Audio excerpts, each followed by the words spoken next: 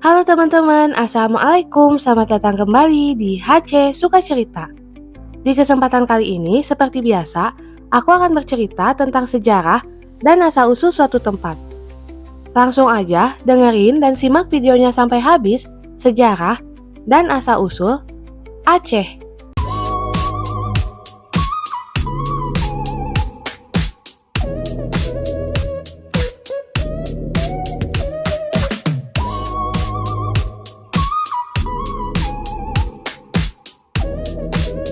Aceh adalah sebuah provinsi di Indonesia yang terletak pada bagian utara Pulau Sumatera dengan ibu kota di Banda Aceh. Aceh juga merupakan salah satu daerah istimewa dan diberi kewenangan otonomi khusus. Aceh terletak di ujung utara Pulau Sumatera dan merupakan provinsi paling barat di Indonesia.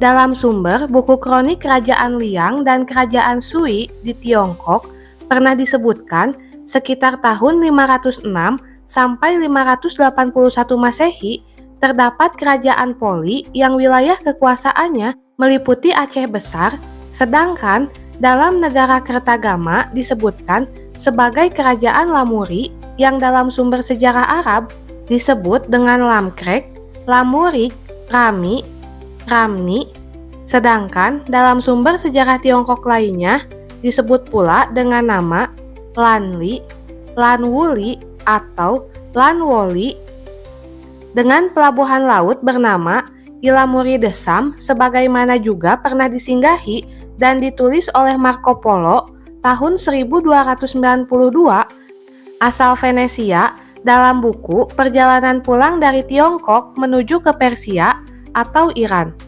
Saat itu masih berada di bawah pengaruh kedaulatan Kerajaan Sriwijaya di bawah Wangsa Sailendra dengan raja pertamanya Balaputra Dewa yang berpusat di Palembang, Sumatera Selatan, yang kuat dan daerah kekuasaannya meluas meliputi Tulang Bawang, Pulau Bangka, Jambi, Genting, Kra, dan Pulau Jawa yang kemudian membangun Borobudur.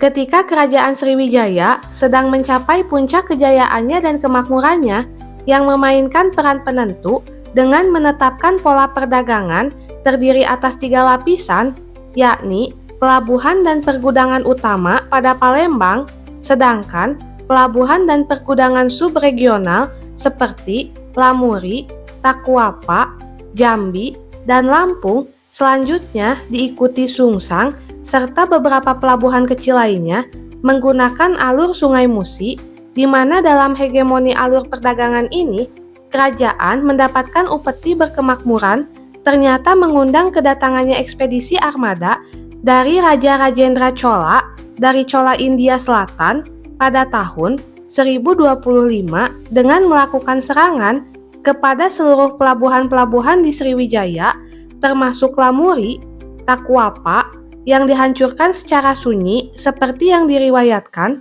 dalam Prasasti Tanjore 1030 di India yang mengatakan bahwa dalam mengirimkan sejumlah kapal yang sangat besar ke tengah-tengah laut lepas yang bergelombang sekaligus menghancurkan armada gajahnya yang besar dari Kerajaan Melayu Sriwijaya dan merampas harta benda yang sangat banyak berikut pintu gerbang Ratnamutu Manikam terhias sangat permai, pintu gerbang batu-batu besar permata, dan akhirnya Raja Sriwijaya yang bernama Sanggrama Wijaya Tunggawarman dapat ditawan kemudian dilepas setelah mengaku takluk. Tak lama kemudian, armada Chola kembali ke negerinya, sedangkan sejumlah lainnya menetap dan menjadi bagian dari penduduk. Dari sini dapat ditarik kesimpulan bahwa penyerangan tersebut lebih ditujukan untuk mengamankan atau pengambil alihan jalur perdagangan pada Selat Malaka yang pada waktu itu sudah merupakan jalur perdagangan internasional yang penting daripada melakukan sebuah pendudukan dikala kekuatan militer dan diplomasi Sriwijaya sedang melemah, karena lebih tertuju pada perkembangan perdagangan. Sejak kekalahan ini, kewibawaan Kerajaan Sriwijaya mulai menurun dengan drastis yang memberikan peluang bagi kerajaan-kerajaan yang dahulu berada di bawah kedaulatan Sriwijaya yang mulai memperbesar dan memperoleh kembali kedaulatan penuh. Walaupun demikian, keberadaan Sriwijaya baru berakhir pada tahun 1377.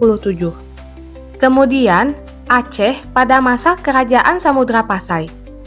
Sebelum dinasti Utsmaniyah di Turki berdiri pada tahun 699 Hijriah sampai 1341 Hijriah atau bersamaan dengan tahun 1385 Masehi sampai 1923 Masehi, ternyata nan jauh di belahan dunia sebelah timur di dunia bagian Asia telah muncul kerajaan Islam Samudra Pasai yang berada di wilayah Aceh yang didirikan oleh Merah Silu. Dalam bahasa Aceh, Merah berarti Maharaja, yang segera berganti nama setelah masuk Islam dengan nama Malik Al-Saleh yang meninggal pada tahun 1297, di mana penggantinya tidak jelas. Namun pada tahun 1345, Samudra Pasai diperintah oleh Malik Al-Zahir, cucu dari Malik Al-Saleh. Menurut hikayat Raja-Raja Pasai, kerajaan ini juga pernah diserang oleh tentara Siam pada zaman pemerintahan Sultan Malikul Nasar, dan serangan tersebut berhasil dihalau oleh Sultan Malikul Nasar saat Sultan Malikul Mahmud tiba dan berhasil membunuh pimpinan pasukan Siam yang bernama Talak Sejang. Namun, politik Samudra Pasai bertentangan dengan politik Gajah Mada. Gajah Mada diangkat sebagai patih di Kahuripan pada tahun 1319 sampai 1321 oleh Jayanegara dari Majapahit. Dan pada tahun 1331 naik pangkat menjadi Mahapatih Majapahit yang diangkat oleh Ratu Tribuana Wijaya Tunggadewi. Ketika pelantikan Gajah Mada menjadi Mahapahit Majapahit inilah keluar ucapannya yang disebut sebagai Sumpah Palapa yang berisikan, dia tidak akan menikmati palapa sebelum seluruh Nusantara berada di bawah kekuasaan Kerajaan Majapahit. Menurut hikayat Raja-Raja Pasai, diberitakan serangan Majapahit ke Pasai pada zaman pemerintahan Sultan Ahmad Paramodal Perumal. Kemungkinan serangan oleh Majapahit terjadi pada tahun 1350 atau 1361 bersamaan dengan serangan ke Jambi dan Palembang. Gajah Mada mati di Manyakpahet, sebuah kampung yang berada di Kabupaten Aceh Tamiang. Gajah Mada digagalkan oleh pasukan Kerajaan Samudra Pasai. Pada abad ke-14, Sriwijaya telah digantikan oleh Kerajaan Dharmasraya di Sumatera. Hal ini dikarenakan Sriwijaya telah melemah setelah serangan Kerajaan Chola dari India pada tahun 1025 menjadikan Dharmasraya sebagai tujuan ekspedisi Pamalayu oleh Singasari di Pulau Sumatera pada tahun 1275 berdasarkan Prasasti Padang Roco dan Surat Pararaton. Memasuki era Sultan Iskandar Muda, Aceh merupakan negeri yang amat kaya dan makmur pada masa kejayaannya. Menurut seorang penjelajah asal Perancis yang tiba pada masa kejayaan Aceh pada zaman Sultan Iskandar Muda Mekuta perkasa alam, kekuasaan Aceh mencapai pesisir barat Minangkabau, Sumatera Timur, hingga Perak di semenanjung Malaysia. Aceh merupakan salah satu bangsa di Pulau Sumatera yang memiliki tradisi militer dan pernah menjadi bangsa terkuat di Selat Malaka yang meliputi wilayah Sumatera dan semenanjung Melayu ketika di bawah kekuasaan Iskandar Muda. Sultan Iskandar Muda kemudian menikah dengan seorang putri dari Kesultanan Pahang. Konon, karena terlalu cintanya sang sultan dengan istrinya, sultan memerintahkan membangun gunungan di tengah medan Hayali atau taman istana sebagai tanda cintanya. Kabarnya, sang putri selalu sedih karena memendam rindu yang amat sangat terhadap kampung halamannya yang berbukit-bukit. Oleh karena itu, Sultan membangun gunungan untuk mengobati rindu sang putri. Hingga saat ini, gunungan masih dapat disaksikan dan dikunjungi. Ketika Kesultanan Samudra Pasai dalam krisis, maka Kesultanan Malaka yang muncul di bawah Parameswara yang berganti nama menjadi Iskandar Shah setelah masuk Islam. Kerajaan Islam Malaka ini maju pesat sampai pada tahun 1511 ketika Portugis di bawah pimpinan Afonso d'Albuquerque dengan armadanya yang menaklukkan Malaka. Ketika Malaka jatuh ke tangan Portugis, Aceh kembali bangkit di bawah pimpinan Sultan Ali Mughayat Shah yang diteruskan oleh Sultan Salahuddin, kemudian Sultan Alauddin Riayat Shah Al-Kahar, lalu pada tahun 1568 sampai 1573 oleh Sultan Ali Riyad Shah, Sultan Sri Alam, Sultan Muda, Sultan Iskandar Muda, dan gelar marhum mahkota alam pada tahun 1607 sampai 1636. Semua serangan yang dilancarkan pihak Portugis untuk menguasai Aceh dapat ditangkis. Di sisi lain, Aceh juga melakukan berbagai serangan untuk menggulingkan Portugis di Malaka yang menghambat ekspansi Portugis di Asia Tenggara. Namun, Aceh juga memiliki hubungan yang erat dengan negara barat. Yang pertama, dengan negeri Inggris. Pada abad ke-16, Ratu Inggris Elizabeth I mengirimkan utusannya bernama Sir James Lancaster kepada Kerajaan Aceh dan mengirim surat yang ditujukan kepada saudara hamba Raja Aceh Darussalam, serta seperangkat perhiasan yang tinggi nilainya. Sultan Aceh kala itu menerima maksud baik saudarinya di Inggris dan mengizinkan Inggris untuk berlabuh dan berdagang di wilayah kekuasaan Aceh. Bahkan, Sultan juga mengirim hadiah-hadiah yang berharga, termasuk sepasang gelang dari batu rubi dan surat yang ditulis di atas kertas dengan tinta emas. Hubungan yang mesra antara Aceh dan Inggris dilanjutkan pada masa Raja James I dari Inggris dan Skotlandia. Raja James mengirimkan sebuah meriam sebagai hadiah untuk Sultan Aceh. Meriam tersebut hingga kini masih terawat dan dikenal dengan nama Meriam Raja James. Selain dengan Inggris, Aceh juga berhubungan erat dengan Belanda. Pangeran Maurits, pendiri dinasti Orange, juga pernah mengirim surat dengan maksud meminta bantuan Kesultanan Aceh Darussalam. Sultan menyambut maksud baik mereka dengan mengirimkan rombongan utusannya ke Belanda. Rombongan tersebut dipimpin oleh Tuanku Abdul Hamid. Dalam kunjungannya, Tuanku Abdul Hamid sakit dan akhirnya meninggal dunia. Ia dimakamkan secara besar-besaran di Belanda dengan dihadiri oleh para pembesar-pembesar Belanda. Namun, karena orang Belanda belum pernah memakamkan orang Islam, maka dia dimakamkan dengan cara agama Nasrani di pekarangan sebuah gereja. Kini, di makam beliau terdapat sebuah prasasti yang diresmikan oleh mendiang Yang Mulia Pangeran Bernhard, suami mendiang Ratu Juliana, dan ayah Yang Mulia Ratu Beatrix. Kemudian juga dengan Utsmaniyah. Pada masa Iskandar Muda, Kerajaan Aceh mengirim utusannya untuk menghadap Sultan Utsmaniyah yang berkedudukan di Istanbul. Namun, karena saat itu Sultan Utsmaniyah sedang sakit, maka utusan Kerajaan Aceh terlantung-lantung demikian lamanya sehingga mereka harus menjual sedikit demi sedikit hadiah persembahan untuk kelangsungan hidup mereka. Lalu pada akhirnya ketika mereka diterima oleh sang sultan, persembahan mereka hanya tinggal lada si cupak atau lada sekarung. Namun sang sultan menyambut baik hadiah itu dan mengirimkan sebuah meriam dan beberapa orang yang cakap dalam ilmu perang untuk membantu kerajaan Aceh. Meriam tersebut pula masih ada hingga kini dan dikenal dengan nama Meriam Lada Si Cupak. Pada masa selanjutnya, Sultan Utsmaniyah mengirimkan sebuah bintang jasa kepada Sultan Aceh. Meriam tersebut menurut informasi kini berada di desa Blang Balok, Kecamatan Perelak.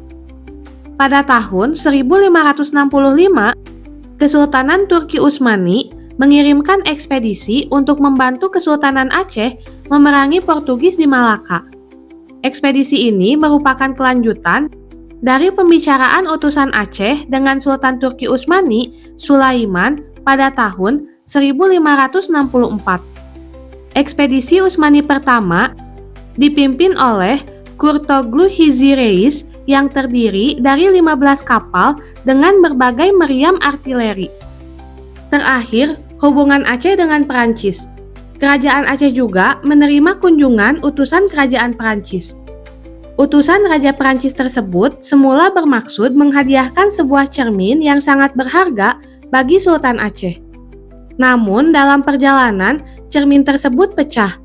Akhirnya mereka mempersembahkan serpihan cermin tersebut sebagai hadiah bagi sang sultan. Dalam bukunya, Denis Lombard mengatakan bahwa Sultan Iskandar Muda amat menggemari benda-benda berharga. Pada masa itu, Kerajaan Aceh merupakan satu-satunya kerajaan Melayu yang memiliki aula kaca di dalam istananya. Menurut utusan Prancis tersebut, Istana Kesultanan Aceh luasnya tak kurang dari 2 km. Istana tersebut bernama Istana Dalam Darudonya atau kini disebut Meligo Aceh sebagai kediaman gubernur. Di dalamnya meliputi Medan Hayali dan Medan Hairani yang mampu menampung 300 ekor pasukan gajah. Sultan Iskandar Muda juga memerintahkan untuk memindahkan aliran Sungai Krueng Aceh hingga mengaliri istananya. Kerajaan Aceh sepeninggal Sultan Iskandar Thani mengalami kemunduran yang terus-menerus. Hal ini disebabkan karena naiknya 4 sultanah berturut-turut sehingga membangkitkan amarah kaum ulama Wujudiyah. Padahal Sri Ratu Safiatuddin Sri Takjul Alamsyah berdaulat Zilulahil fil Alam yang merupakan sultanah yang pertama adalah seorang wanita yang amat cakap. Ia merupakan putri Sultan Iskandar Muda dan istri Sultan Iskandar Thani. Ia juga menguasai 6 bahasa, yaitu Spanyol, Belanda, Aceh, Melayu, Arab, dan Persia. Saat itu, di dalam parlemen Aceh yang beranggotakan 96 orang, 1/4 diantaranya adalah wanita. Perlawanan kaum ulama Wujudiyah berlanjut hingga datang fatwa dari Mufti Besar Mekkah yang menyatakan keberatannya akan seorang wanita yang menjadi sultanah. Akhirnya berakhirlah masa kejayaan wanita di Aceh. Kesultanan Aceh terlibat perebutan kekuasaan yang berkepanjangan sejak awal abad ke-16. Pertama dengan Portugal, lalu sejak awal abad ke-18 dengan Britania Raya dan Belanda. Pada akhir abad ke-18, Aceh terpaksa menyerahkan wilayahnya di Kedah dan Pulau Pinang di Semenanjung Melayu kepada Britania Raya. Pada tahun 1824, Perjanjian Britania dan Belanda ditandatangani. Britania menyerahkan wilayahnya di Sumatera kepada Belanda. Pihak Britania mengklaim bahwa Aceh adalah koloni mereka, meskipun hal ini tidak benar. Pada tahun 1871, Britania membiarkan Belanda untuk menjajah Aceh. Kemungkinan untuk mencegah Prancis dari mendapatkan kekuasaan di kawasan tersebut. Lalu pada tahun 1873 pecah Perang Aceh melawan Belanda. Perang Aceh disebabkan karena beberapa hal. Yang pertama, Belanda menduduki daerah Siak akibat dari Perjanjian Siak tahun 1858, di mana Sultan Ismail menyerahkan daerah Delhi, Langkat, Asahan, dan Serdang kepada Belanda, padahal daerah-daerah itu sejak Sultan Iskandar Muda ada di bawah kekuasaan Aceh. Kedua, Belanda melanggar Siak, maka berakhirlah Perjanjian London tahun 1824, di mana isi Perjanjian London adalah Belanda dan Inggris membuat ketentuan tentang batas-batas kekuasaan kedua daerah di Asia Tenggara, yaitu dengan garis lintang Singapura.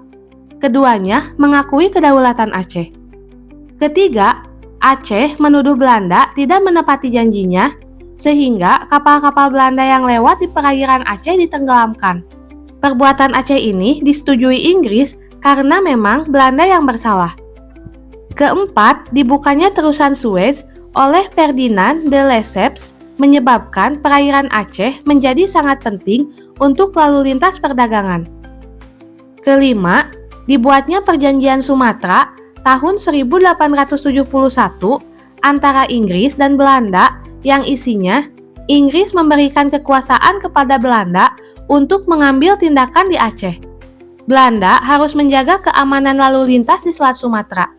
Belanda mengizinkan Inggris bebas berdagang di Siak dan menyerahkan daerahnya di Guinea Barat kepada Inggris.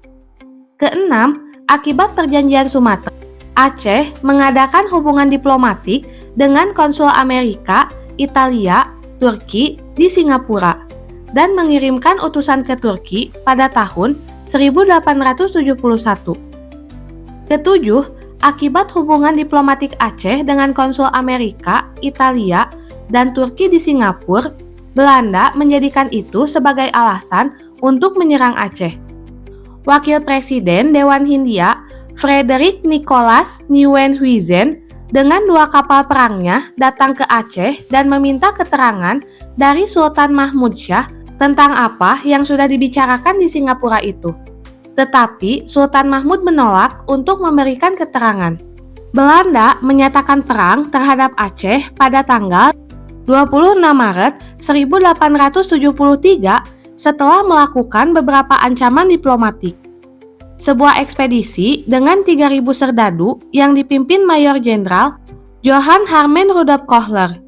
Namun, ekspedisi tersebut berhasil dikalahkan tentara Aceh di bawah pimpinan Panglima Polem dan Sultan Mahmud Syah. Dan bahkan, Kohler sendiri pun tewas tertembak di Masjid Raya Baitur Rahman pada tanggal 10 April 1873. Ekspedisi kedua di bawah pimpinan Jenderal Jan van Swieten berhasil merebut Istana Sultan.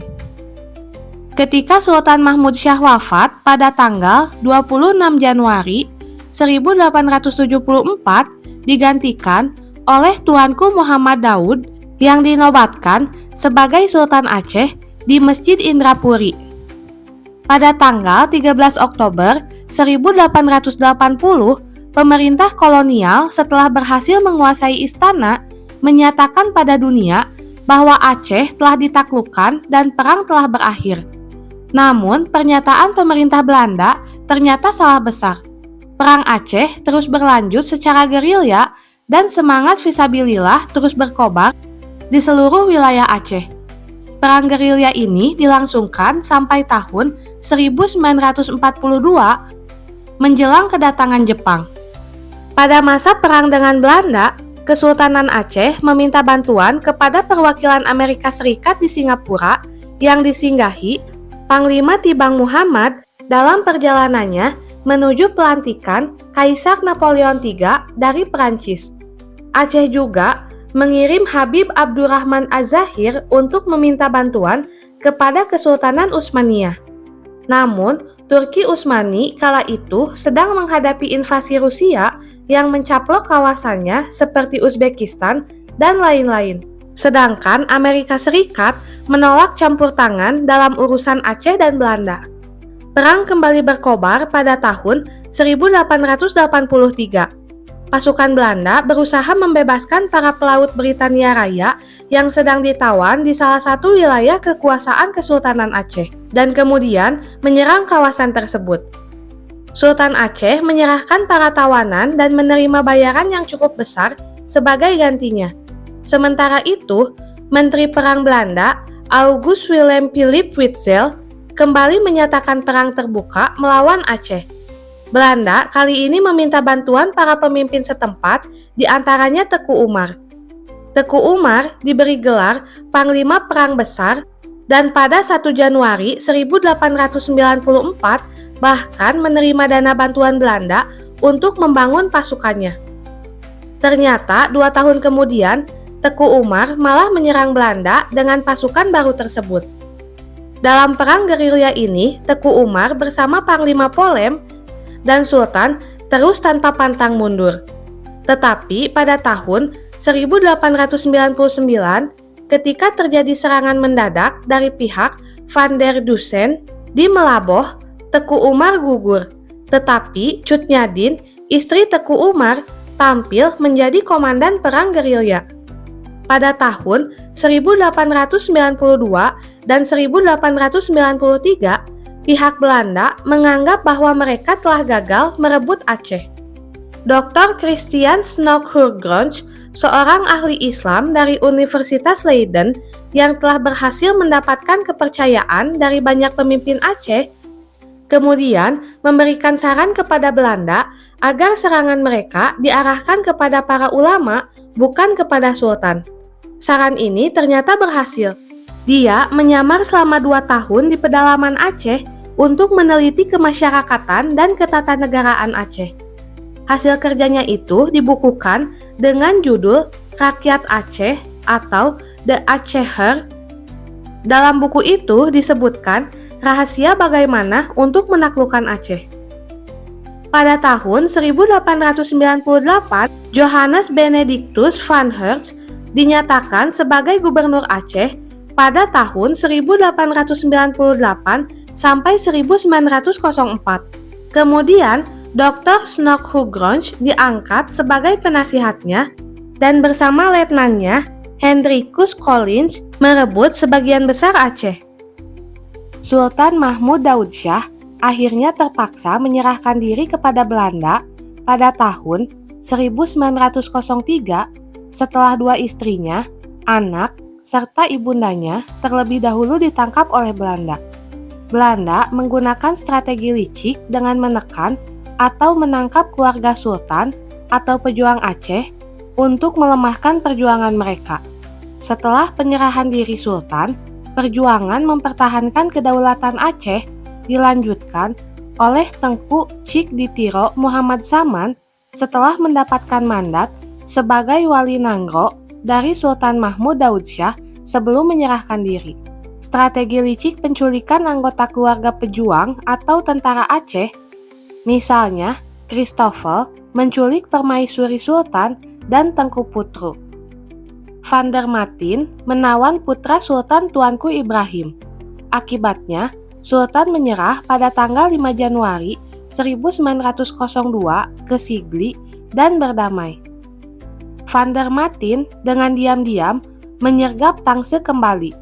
Panglima Polem dapat meloloskan diri, tetapi sebagai gantinya ditangkap putra Panglima Polem, Cut Pok Raden, saudara perempuannya, dan beberapa keluarga terdekatnya. Akibatnya, Panglima Polem meletakkan senjata dan menyerah ke Lok Sumawe pada tahun 1903. Akibat dari itu, banyak penghulu-penghulu rakyat yang menyerah mengikuti jejak Panglima Polem. Taktik licik selanjutnya, pembersihan dengan cara membunuh rakyat Aceh yang dilakukan di bawah pimpinan Van Dalen yang menggantikan Van Hersch. Seperti pembunuhan di Kuta-Reh pada tanggal 14 Juni 1904, di mana 2.922 orang dibunuhnya yang terdiri dari 1.773 laki-laki, 1.149 perempuan, dan anak-anak. Taktik terakhir menangkap Cut Nyadin, istri Teku Umar yang masih melakukan perlawanan secara gerilya. Walaupun kondisi fisik telah sangat lemah, bahkan mata pun telah buta, Cut Nyadin akhirnya dapat ditangkap setelah pengawal kepercayaannya melakukan perjanjian rahasia dengan Belanda. Cut Nyadin kemudian diasingkan dan meninggal di Sumedang, Jawa Barat. Van Hersch telah menciptakan surat pendek penyerahan yang harus ditandatangani oleh pemimpin Aceh yang telah tertangkap dan menyerah, yang isinya raja atau sultan mengakui daerahnya sebagai bagian dari Hindia Belanda. Raja berjanji tidak akan mengadakan hubungan dengan kekuasaan di luar negeri. Berjanji akan mematuhi seluruh perintah-perintah yang ditetapkan Belanda. Sementara pada masa kekuasaan Belanda, bangsa Aceh mulai mengadakan kerjasama dengan wilayah-wilayah lain di Indonesia dan terlibat dalam berbagai gerakan nasionalis dan politik. Serikat Islam, sebuah organisasi dagang Islam yang didirikan di Surakarta pada tahun 1912, tiba di Aceh sekitar tahun 1917. Ini kemudian diikuti organisasi sosial Muhammadiyah pada tahun 1923. Muhammadiyah membangun sebuah sekolah Islam di Kutaraja atau yang kini bernama Banda Aceh pada tahun 1929. Kemudian pada tahun 1939, Partai Indonesia Raya membuka cabangnya di Aceh menjadi partai politik pertama di sana. Pada tahun yang sama, para ulama mendirikan PUSA atau Persatuan Ulama Seluruh Aceh, sebuah organisasi anti Belanda. Aceh kian hari kian terlibat dalam gerakan nasionalis Indonesia. Saat parlemen dibentuk, Teuku Nya Arif terpilih sebagai wakil pertama dari Aceh. Seperti banyak penduduk Indonesia dan Asia Tenggara lainnya, rakyat Aceh menyambut kedatangan tentara Jepang saat mereka mendarat di Aceh pada 12 Maret 1942. Karena Jepang berjanji membebaskan mereka dari penjajahan. Namun ternyata pemerintahan Jepang tidak banyak berbeda dari Belanda. Jepang kembali merekrut para ule balang untuk mengisi jabatan gunco dan sunco atau kepala distrik dan subdistrik. Hal ini menyebabkan kemarahan para ulama dan memperdalam perpecahan antara para ulama dan ule balang.